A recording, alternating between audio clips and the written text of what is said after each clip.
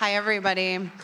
I'm really thrilled to be here tonight to participate in my second year of Schranz events, but I think it's pretty incredible that this group in some formation has been gathering for more than 40 years. That's a real testament to our belief in PR, to the students and the PR professionals. So our lecture series celebrates accomplished PR leaders from around the world and connects them with our wonderful PR students. And wonderful you all are. As I look out, I know a lot of you have had a long day interacting with our speaker, and you've had probably a long semester. You're some of our most dedicated and highest performing students, and so it's an honor to be able to host you tonight. I know sometimes at these events we worry that we're like preaching to the choir, right? Like you already know everything we're about to say, you've already heard all this advice. But I think it's really important sometimes that the choir gets some attention too. So we're really, really happy to have this event, and I hope that your commitment to effective and empathetic storytelling has only deepened today with our activities and tonight with our keynote. I want to add my appreciation for Linda Rutherford. You've been so generous and so enthusiastic with your time today, and so thank you for spending so much time with us. I'd also like to thank the School of Journalism and Strategic Communications team, Matt Lowe, Bethany Bookout, Bella Bonilla, so many of our faculty members who are here today, and of course, Dr. Johnny Sparks. This work going into organizing these events is sometimes invisible, but so important. And so will you join me in thanking the team? And I will turn it back over to Dr. Sparks to keep us going.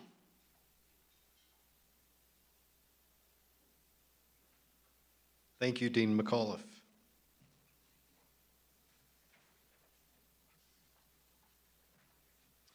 This lectureship, which dates back to 1979, is named for Vernon C. Schranz, who was the first public relations officer for Muncie's Ball Corporation in 1962. When you're the first, you have no pattern to follow, and he didn't need one. When he retired 17 years later, Mr. Schranz had built a department based on three cornerstones of public relations: openness, honesty, and community service. Mr. Schranz lived what he advocated and was an active leader in many Muncie community organizations and at Ball State. One of his passions became public relations education. When he retired in 1979, Ball Corporation established this lectureship in his honor. Even after his passing in 1990, his legacy to the profession in Ball State continues to be strong, thanks to support from the Ball Corporation, the Schranz family, and the university. In addition to this lectureship, the Schranz family also provides a scholarship each year to a student who exemplifies the professionalism and dedication of Vernon C. Schranz. We would like to recognize the 2025-2026 Schranz Scholarship recipient, who unfortunately is unable to join us this evening.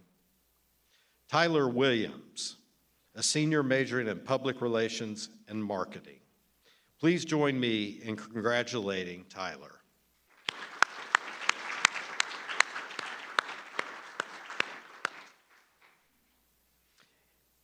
An event like this does not happen without an amazing team, including the Schranz family support. We would also like to extend our thanks to the PRSSA students in the audience tonight for their dedication and hard work in helping to plan and promote this year's lectureship, as well as their advisor, Dr. Grace Park. Would the members of PRSSA and Dr. Park please stand to be recognized?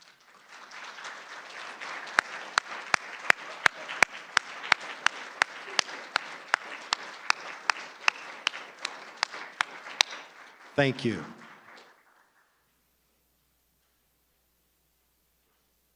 Quite literally, this event would not be occurring on this beautiful late mid-February day without our project manager, Matt Lowe. Let's give Matt a round of applause.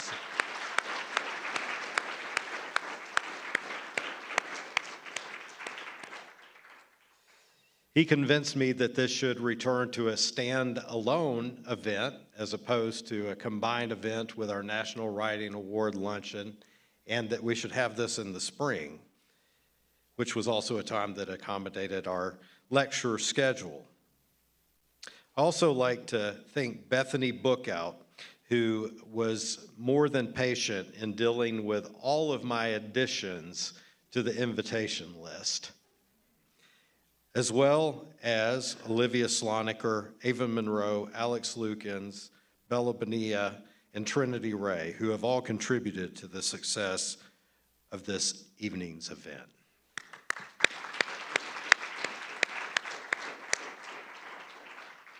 And now a word about tonight's speaker. Linda Rutherford is known for creating and leading powerful teams in the public relations industry. Her expertise spans over a 30-year career, including as a journalist at the Dallas Times-Herald, as well as public relations coordinator and chief administration officer for Southwest Airlines. She has been recognized for her leadership excellence and her achievements in communications and civic involvement as the 2025 Betsy Plank Award recipient. It's noteworthy that Betsy Plank was once a Schranz Distinguished Lecturer. Also, Linda has been recognized as a 2025 Reagan's Top Women in Communications Hall of Fame inductee and recipient of the 2023 Missouri Honor Medal for Distinguished Service.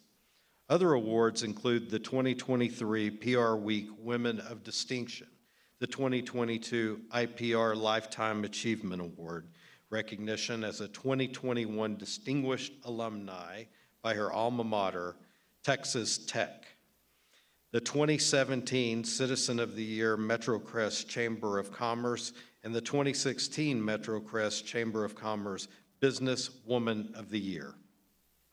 Rutherford is widely credited with shaping Southwest's communication strategy over more than 3 decades, helping the airline become known for its transparent, employee-centric, and customer-oriented brand voice. She expanded the role of communications to include cultural service and employee engagement, institutionalizing the Southwest way, and embedding servant leadership values across thousands of employees. A hallmark of her tenure has been a focus on mentoring and developing leaders, many of whom now hold senior executive roles at Southwest. Rutherford considers education a vital tool for today's youth. She's helping to build the next generation of professionals by serving as an adjunct instructor at universities across the nation, including the Texas Tech University College of Media and Communication. Please join me in welcoming Linda Rutherford, this year's Vernon C. Schranz Distinguished Lecturer.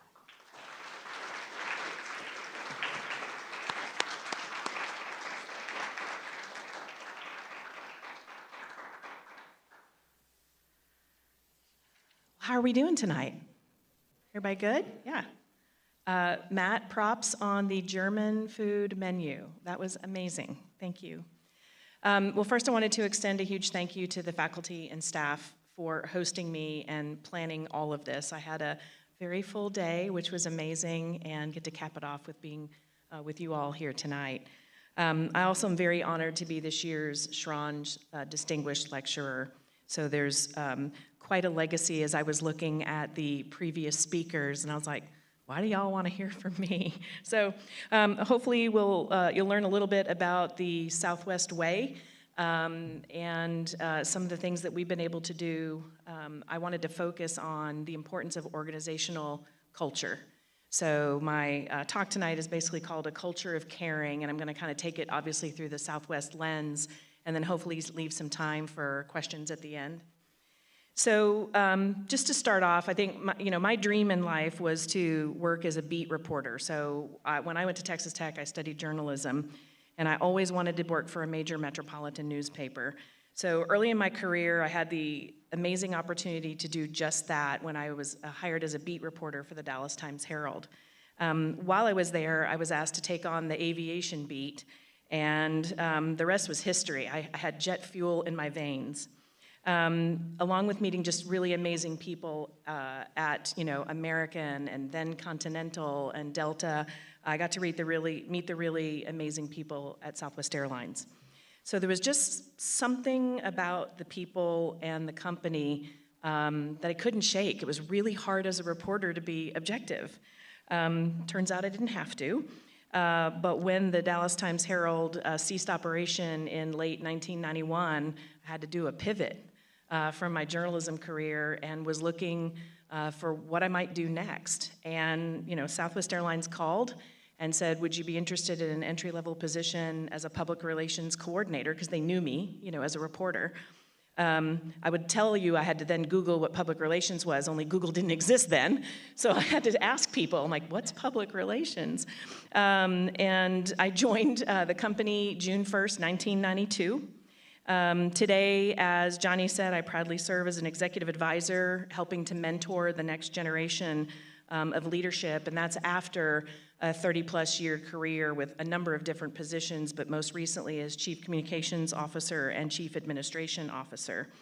When I moved from getting additional responsibilities beyond communication, my CEO at the time said, you have people who can manage the day-to-day communication. What I want you to do is take on these other leaders because we need to get them ready for their next roles.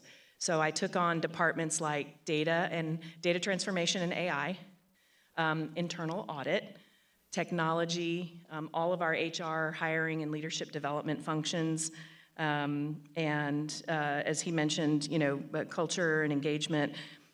I'm not in finance. I am not an auditor. I know this just enough technology to be dangerous. And so I was a little hesitant to go do that. And he said, I don't need you to know technology top to bottom. I don't need you to know internal audit inside and out. What I need you to do is get those leaders ready to understand their mission, to be both competent and confident, and be ready to take on their next responsibility. So I have had the privilege to work with the best people in the industry. As Johnny mentioned, I'm a proud Texas Tech Red Raider. I have a great husband, 2 amazing kids. My son Matthew is in sports marketing. He works in Houston.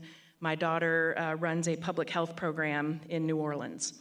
So, it's 2 different worlds. I'll hear about sports sponsorships on one phone call and picking up used needles under the I-10 interstate from the other one. So, yeah, all kinds of excitement going on in our family. We are also, just full disclosure, we're huge college football fans, but we are a family confused because we have to support the University of Texas, Tulane, Rice University, SMU, and Texas Tech on any given Saturday. They don't make a flag for that to fly out on your front lawn. But I'm really excited to get to talk to you today just about the importance of a healthy organizational culture. So just kind of wanted to get you indoctrinated first. So let's take a quick look at the history of Southwest Airlines. Our beloved founder, Herb Kelleher, drew a triangle like this one on a cocktail napkin in 1966 at the St. Anthony's Bar in San Antonio. In 1967, he filed papers of incorporation for what would later become Southwest Airlines. But it wasn't until 1971 that Southwest flew its first flight from Dallas to San Antonio and the second flight from Dallas to Houston. This later became known as the Texas Triangle and was the birth of Herb's idea. At the time, he wanted to take people out of their cars and give them an affordable air travel solution. And actually, our first customers, the marketing was aimed at hunters. So hunters who had hunting leases across the state of Texas were spending 8, 9, 10 hours in a car getting across the state, and he said, I think we can do better. We can get you where you need to go. We can do it faster and cheaper. That was the birth and the bread and butter of Southwest Airlines. Back in the day, our flight attendants wore bright orange hot pants with white belts and knee-high go-go boots. It didn't take long for our customers to realize that Southwest was going to do things just a little bit differently. And back in 1971, we had 3 aircraft, 3 destinations, and 195 employees. In our first year, we flew a little over 100,000 customers. So compare that to now. Some of our original flight attendants like to say that we have evolved from hot pants to hot flashes, but a little bit about our history. So you can kind of see some of the original flight attendants there on the left. On the right, sort of a more modern day look at our flight crews and airport workers. But in 2025, we served 117 destinations, 11 different countries. Not many people know that, but we have service outside of the United States. 140 plus million customers, 810 aircraft in the fleet, and it's between 72 and 73,000 employees that make that happen on a daily basis. So when Southwest first started, we had a clear mission. We wanted to democratize the skies, taking air travel from something that was once considered a luxury and only for executives or the elite few, to something that was approachable and affordable for everyone. Obviously, we've grown exponentially. Things have changed dramatically over the years. And like all great companies do, they find a way to evolve and meet the customers where they are. But in all of that, we never lost that sort of quirky Southwest personality. Our purpose continues to be to connect people to what's important in their lives and to get to what matters most. And that drives who we are, who Southwest Airlines is. And our culture is key to what makes us so successful. So, all right, what is culture? You can say it's personality. You can say it might be your purpose. You could say it's hospitality. You could say that it's caring. So our answer is yes, culture is all of those things. Herb used to say that culture is a mosaic. It's made up of 1,000 different things. And when you get real close, you can see all the different little things, but when you back up, you see the entire organization that is Southwest. But for me, culture is personal. I'd only been with the company about 9 months in the spring of 1993, and I was in Albuquerque helping to open our reservations call center there. First thing in the morning, my coworker in Dallas phoned me to tell me that my mom was looking for me, and this was all before cell phones, so this is calling the hotel lobby, then calling the phone in my room to let me know that my grandfather in New England had passed away.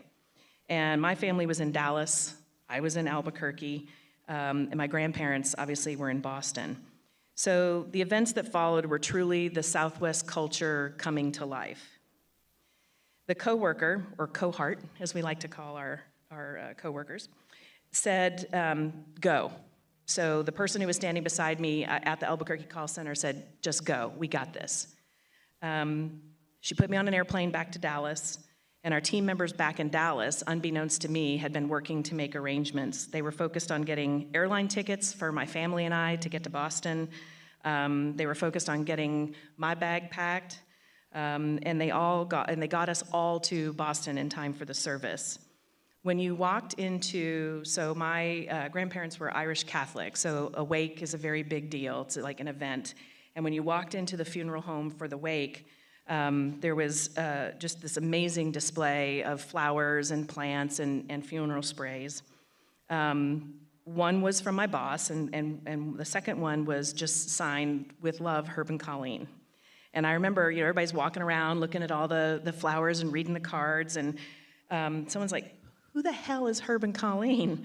And I got to explain with pride that they were, Herb Kelleher and Colleen Barrett, two of the senior executives at Southwest Airlines, who made the effort to send something beautiful to my family in remembrance of my grandfather when I'd only been with the company for 9 months. So that was one of my first clear memories of just how this organization was different. And when you work for Southwest as long as I have, these stories become a normal part of your everyday. We see acts of kindness like this all the time. It's just a part of our culture. It's part of who we are. We freely talk about love in the workplace. Not love in the workplace, but you know what I mean. We talk about love in the workplace. It really is woven into the fabric of the company, and the people there are just like unlike anyone I've ever met. So Herb used to say that the business of business is people. So then you have to ask, okay, well then why invest in your culture? Well, he believed that culture was a virtuous circle. Happy employees lead to happy customers. Happy customers, for us, being publicly traded, lead to happy shareholders. And by developing and investing in your organization's culture, you can develop connectedness to your company and a sense of belonging that will motivate your employees to do their best work, which will then obviously drive successful business outcomes. We often say that Southwest Airlines is a family, and our employees feel a sense of pride about being part of that family. They feel responsible for the success of the company, and they feel really responsible when we fail to meet our mission. They have a sense of ownership, and they're determined to do everything they can to make the company the best it can be and for your flying experience to be the best it can be. So we're in the business of people, and we will always put our people first. So a lot of people will ask, well, what's the secret sauce? And I get this question all the time. You know, how do you keep culture working when a crisis happens, when bad things happen, when you grow and expand, when you have people far-flung across the globe, when you go from 5,000 to 10,000 to 40,000 to 72,000 employees? And so I thought I'd share just a few of our key strategies for how we have looked at, nurturing our dynamic culture. And so we're focused on the 3 R's for our culture: on being rooted, on being real, and on being relevant. So what do I mean by rooted? First, you have to know who you are. What as an organization do you stand for? What is your purpose and vision? Once you define who you are, you can build upon it. And I mentioned that our purpose is to connect people to what's most important in their lives. And we do that through friendly, reliable, and low-cost air travel. Our vision is what propels us forward. And we say that our vision is to be the world's most loved, most efficient, and most profitable airline. But how can you kind of build upon that, make it come to life? When Herb Kelleher passed away in January of 2019, it was a profound moment of reflection for all of us as employees who'd lost that founder, right? That center of our world, the guy who had an unforgettable laugh, who knew everybody's first name. And it was a great opportunity to sort of reflect everybody back on our purpose and mission, and the fact that we should often think about what would Herb do, and that we didn't want to disappoint. He helped build a legacy, and it was up to us to carry it forward. So beyond our vision and purpose, we also have a set of values, and we call this the Southwest Way. So we have a company promise that we make to our employees, and then we ask our employees to also sign up for a promise that they'll make to the company. And then you'll see that there are tenets in there. We like to say that we're going to have, as employees, a fun-loving attitude, a warrior spirit, and a servant's heart. And so then how does that come to life? Well, me is how I show up at work. We is how we're going to work together as a team.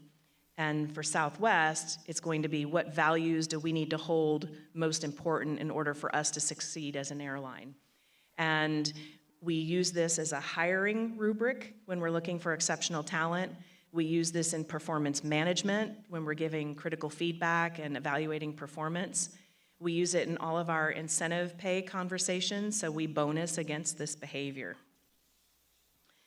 These core values started as something very organic to who we are, and the key elements in our mission are often referred to as living and working the Southwest Way.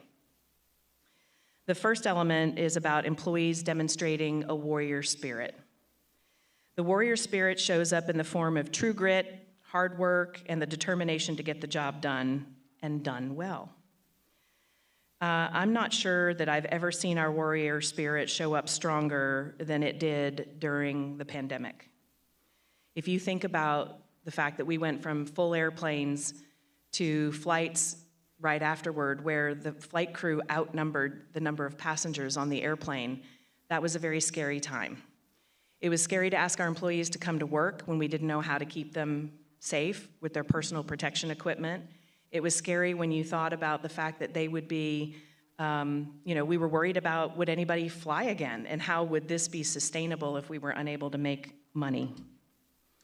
Up next is, you can go ahead and flip to the next one. Up next is Servant's Heart. So this is where you'll find the care and the compassion and the love that we have for our employees. It's those employees who put me on the airplane to make sure that I got back to Boston when my grandfather died. It's the leaders who sent the flowers to make sure that I knew that they were thinking about me at that time. And they were there with me and my family as we grieved. And last but not least is fun-loving attitude. You've probably maybe seen or heard about a singing flight attendant, a stand-up comic, or a rapper on board our airplanes. Or maybe it's a comedy routine or a contest to find the biggest hole in a sock at the Southwest Gate. We really encourage our employees to be themselves and to take the work seriously, but never take themselves too seriously.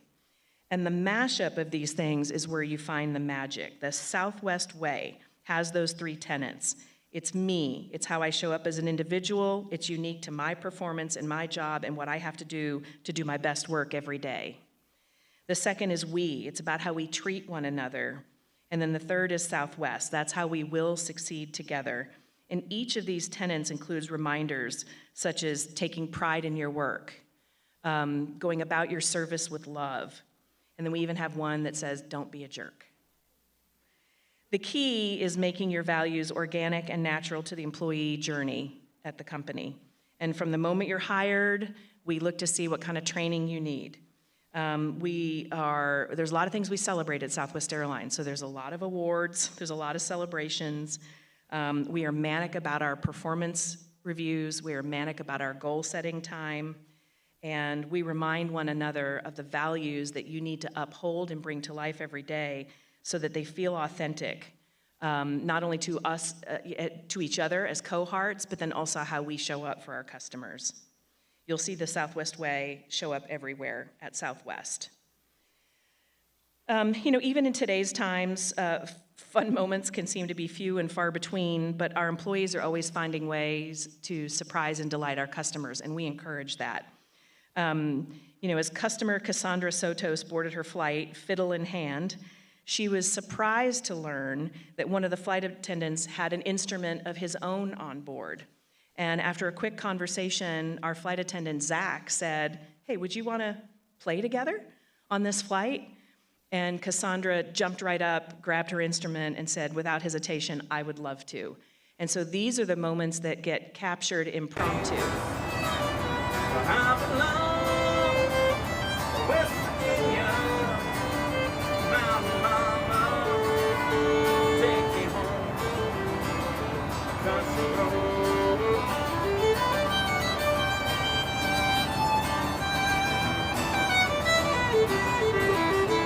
That's good, thank you.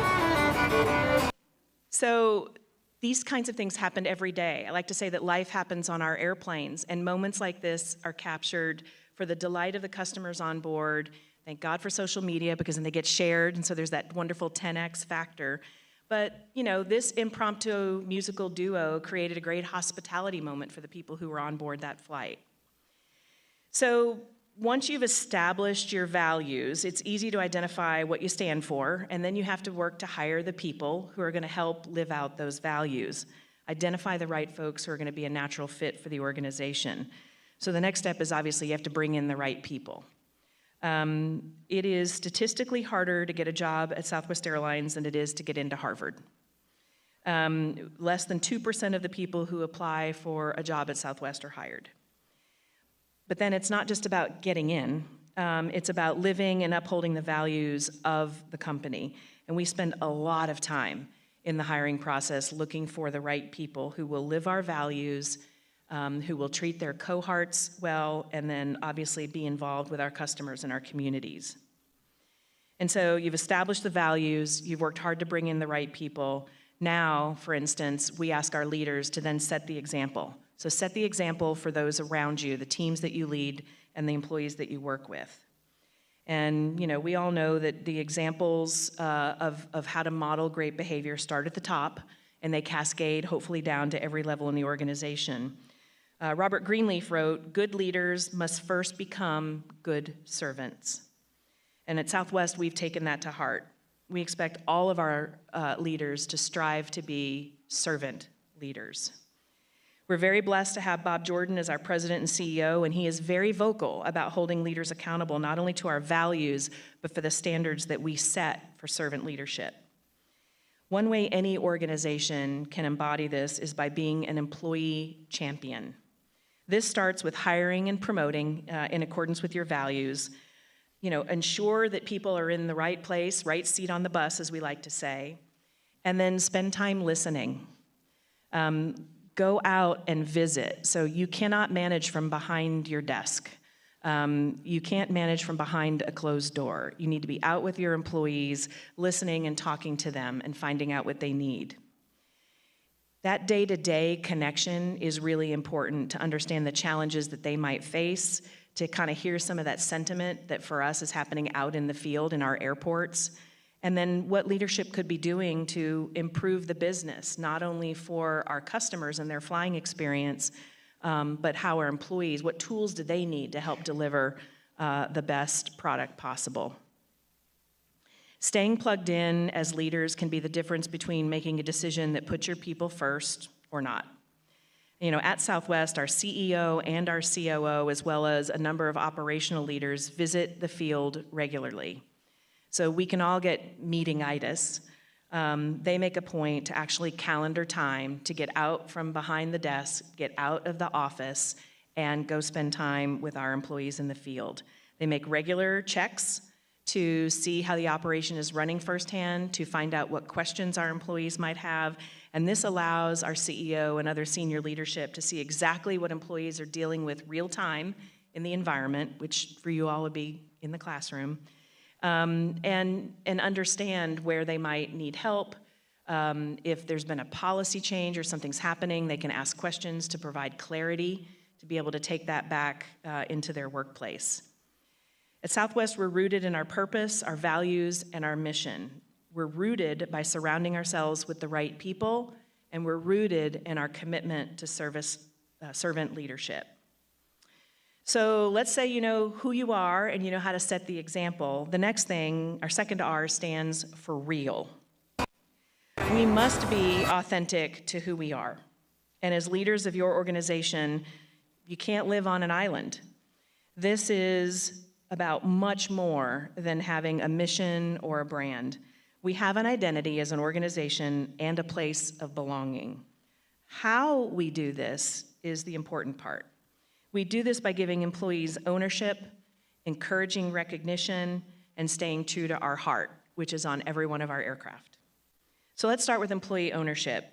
Take a minute and reflect, ask yourself something. Are you equipping your staff and employees to display the culture that you want to see? If your answer that first comes to mind is not something you're happy with, that could be a great place to start. Consider this. Are employees internalizing messaging? Are they helping to cascade it? When you ask questions, can you tell that they're bought into what you're talking about? Do you have a team that's focused on culture? Because culture doesn't just happen. We have ambassadors that we have anointed to take on the role as culture ambassadors in the various locations that we serve so that they can be focused on helping our employees get information that they need, celebrate those important moments that matter, and be able to provide feedback back to us in headquarters if there's something that they need in terms of equipment or tools or anything like that. So we work hard to use our headquarters as sort of the support, the central center of support. We provide our employees in the field the ownership to execute on the operation every day. We have culture committees, culture ambassadors across the country who own the planning and execution of bringing our culture to life every day at their location. And they are supported by a very small headquarters team. This is not an expensive operation. This is something as simple as a note of congratulations, recognition for a job well done or a promotion, and making our employees feel heard and seen. And so that is what being real is. It's about being authentic, and I believe that authenticity comes from the heart. So I would like to show you a brief example where a flight attendant took it upon herself to help fulfill a wish. So there was a young lady with Down syndrome who had a dream of being a flight attendant. And she heard about it and basically put the wheels in motion to create an entire experience for this young lady. Didn't ask for permission, and knew that embodying our culture and being authentic to who we are and showing our heart would be to show our hospitality to this young lady and help make her dream come true. So we'll show that. Would you come join me on the airplane? And would you be my assistant flight attendant? Yes. Would you? Yeah. You think it's okay with Mom and Dad if you do that? That. Well, of course. Big dreams are taking flight for a Roseville woman who has always wanted to become a flight attendant. Her name is Tracy, and she is living with Down syndrome, but it has never stopped her from wanting to be a flight attendant. And it's happening, in fact, right now. CBS 13's Steve Large is live at SAC International with where Tracy is getting ready to take flight. Yeah, and we're able to bring this to you live as it all unfolds. She's going to be a flight attendant on the Southwest flight that is right here on the tarmac, and Tracy Sharp is right here in the terminal sitting next to her parents, and she's getting ready for a moment that she will never forget. She says she's always wanted to be a flight attendant, and she recently befriended a professional flight attendant. I want to show you what's happening here. A lot of the folks that are getting off this plane from the last flight are going over and wishing her luck on this next leg up to Seattle. Tracy is going to be with her friend, who is a professional flight attendant. That together they'll be assisting all the passengers as they fly up to Seattle. So I had an opportunity to talk to Tracy just a moment ago as she gets ready for her big day. Here's some of that. Give me a show and tell. What do you have today? They have a patch, A pass, okay. a wings, Your wings. And it looks like you have some special buttons. buttons. Well, this is just great. I just can't believe that she gets the opportunity to do something that she's wanted to do. She, like I say, she likes to fly. Ever since I think my son went away to college to Kentucky, we flew back and forth to visit him. And ever since then, she loves to fly. All right, and we can come back here live, and let me get a high five, Tracy. You ready to go? Yes. Okay, Mom and Dad sitting here, and we're waiting. Okay, there we go. Another congratulations and good luck from another passenger here. We're waiting for her new friend to get off this flight and befriend her here at the terminal. They're going to board. They're going to pass out snacks and make sure everybody has a great flight. At 5:35, they take off. We'll bring it to you at 6 o'clock, guys. It's going to be nice to track her journey and her dream come true, Steve. With a captive audience right there as the plane gets set to take off. Thanks. Okay. So we didn't produce this, it just happened. And the flight attendant told her base manager, who then called our communications group, and we said, would the family allow us to let media follow along and capture this cool experience? So I'd love to tell you this was totally planned and that, we found this person. But this is what happens. This is the magic that can happen when you empower your employees to own the culture. The entire day was planned for Tracy by our flight attendant. And when someone in communications heard about it, we got there just in time and asked permission to record it. Moments like this happen across our organization on a regular basis because we empower our employees to show their heart and be themselves. Our culture truly is owned by our people because they have the freedom and the power to embrace it in the way that is authentic to them. The last part of being real is meeting your employees where they are, and we often use the slogan, one team, all heart. For us, the motto rings true as we are a Southwest family, as I said, of 73,000 plus. We lean on each other to step in and help, laugh, support in the good times and the hard times. And one way we do that is to offer positive recognition and positive reinforcement as a way to build a strong team. So when someone in your organization demonstrates that kind of commitment and hospitality, how do you encourage it further? How can you sort of bottle this kind of behavior and make it a habit? We empower and equip employees and leaders to show gratitude through a number of different recognition programs. And we recognize that the importance of peer-to-peer recognition is just as important as leader-to-employee recognition. So at Southwest, we have performance-based recognition as well as engagement-based recognition. So performance-based recognition could look like sending someone what we call a kicktail. So there's a way to go into a system and send a quick message to somebody and saying, hey, you kicked tail today, and give a little explanation as to why. And these are all sent peer-to-peer, and they come across like virtual thank you notes in your inbox. We also have President's Award, which is our highest individual honor that is awarded from our president to a Southwest Airlines employee.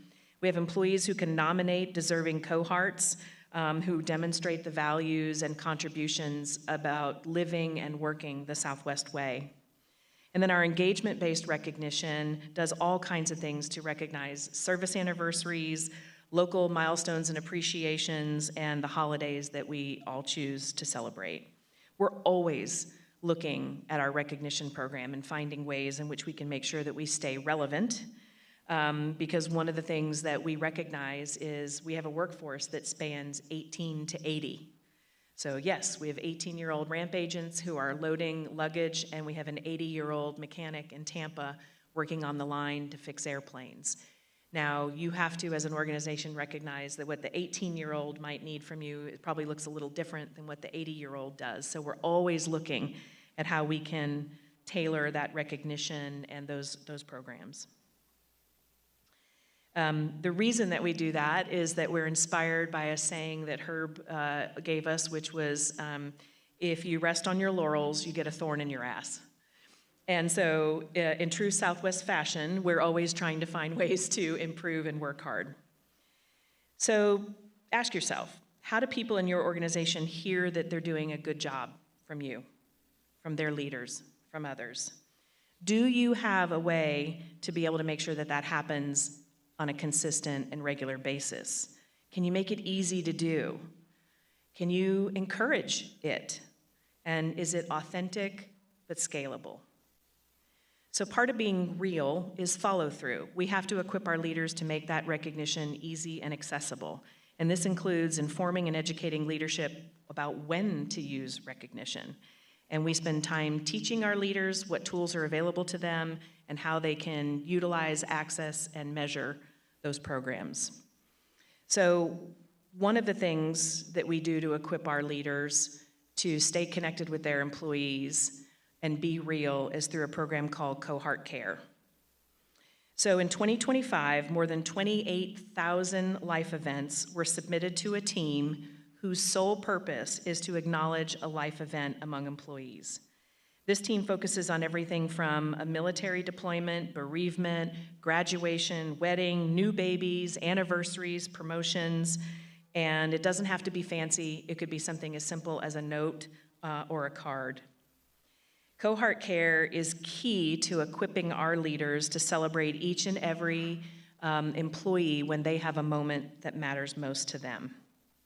So what does being real look like? It looks like giving your employees leadership. It looks like an ownership. It looks like being authentic to who you are, meeting your employees where they are, and then equipping your employees and your leaders for motivating and meaningful and timely recognition. So the last R of our secret sauce is relevant.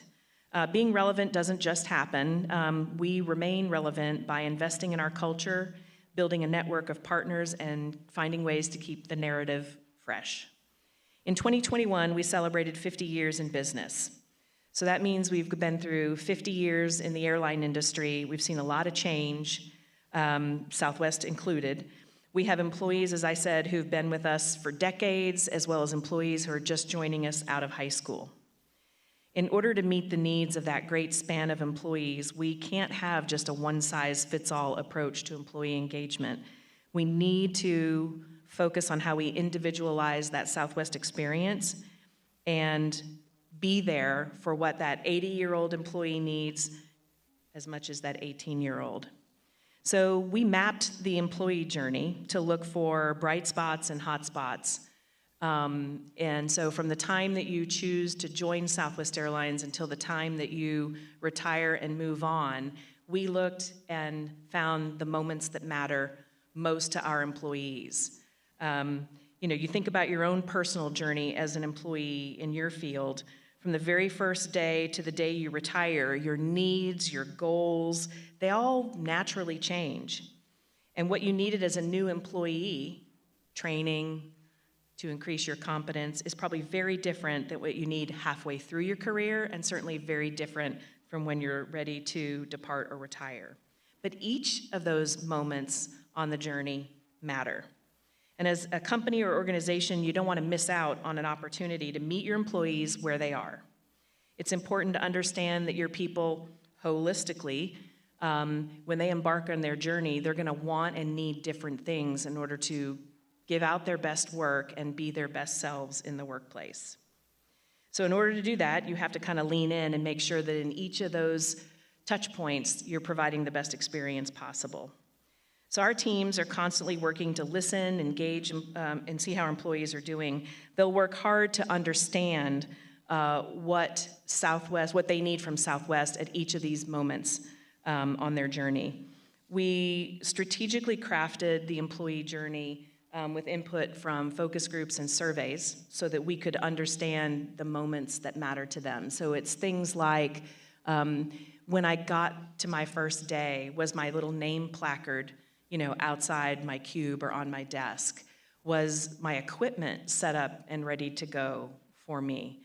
Did I arrange a time where I could meet briefly with my immediate leader? Was that arranged for me? Was there a buddy, like an onboarding buddy, that I could go and ask all the stupid questions to? So these were all deemed to be, for instance, those important things to happen as you're being hired. Then you get to, do I have the tools that I need to do my job day in and day out? Do I have the opportunity to both give and receive recognition? Do I get great performance feedback so that I'm learning and growing in the job? Do I see opportunities to promote and grow where I am? These were all deemed to be important moments that matter.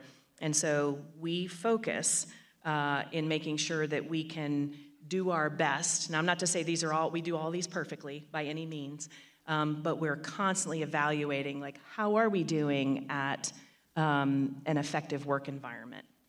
And what does that look like for you? And what do we need to talk about changing in order for you to be able to do your best work? Being relevant doesn't mean that we're going to ignore our past. It just means that we're going to take the history and we're going to learn from it and we're going to refresh the narrative as we move forward. I mentioned how Herb's passing made a lasting impact on the company, but we didn't dwell on that. Instead, we used that as an opportunity to re-energize the workforce and say, let's go make Herb proud.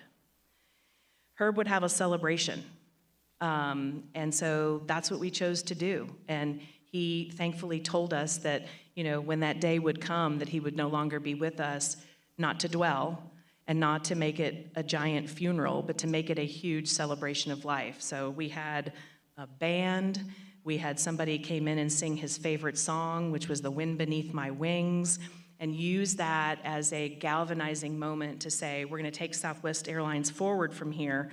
So, take our values, take lessons that we've learned from the history, but don't be afraid to forge a new path as Southwest Airlines continues to grow and evolve. So Herb used to say, if you don't change, you die, and that's just the truth. Some of your favorite bands don't look anything like they did in the 70s or 80s or 2010s, and we're no different. Change can be and should be seen as a necessary part of being successful.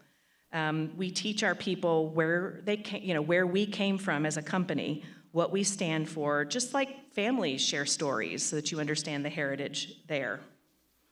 So at the beginning, I asked you, why invest in culture? And for Southwest, it's simple. Return on relationship. Our culture is what differentiates us. So try to think for a moment in your organizations, what is your culture and what in your culture sets you apart? For Southwest Airlines, paying attention to culture means we're manic about controlling costs, we're manic about taking care of people, we're willing to make changes to our business model when customers demand it. We won't rest on our laurels because we know what happens. And people have taken notice. We're consistently named among Fortune's most admired companies. We've been ranked highly as a prospective employer. And in January, we were just named the nation's #1 airline by the Wall Street Journal. That and stories like this that take on a viral nature. We have thousands of ambassadors across the country who post every day about their journeys and help spread that Southwest culture. So I think that culture is actually our sharpest competitive advantage. Our people and our culture are our best assets, and we don't shy away from that. As our former chairman and CEO, Gary Kelly, has said, our company is our people. And we've shown time and time again that we are more than a team, we are a family.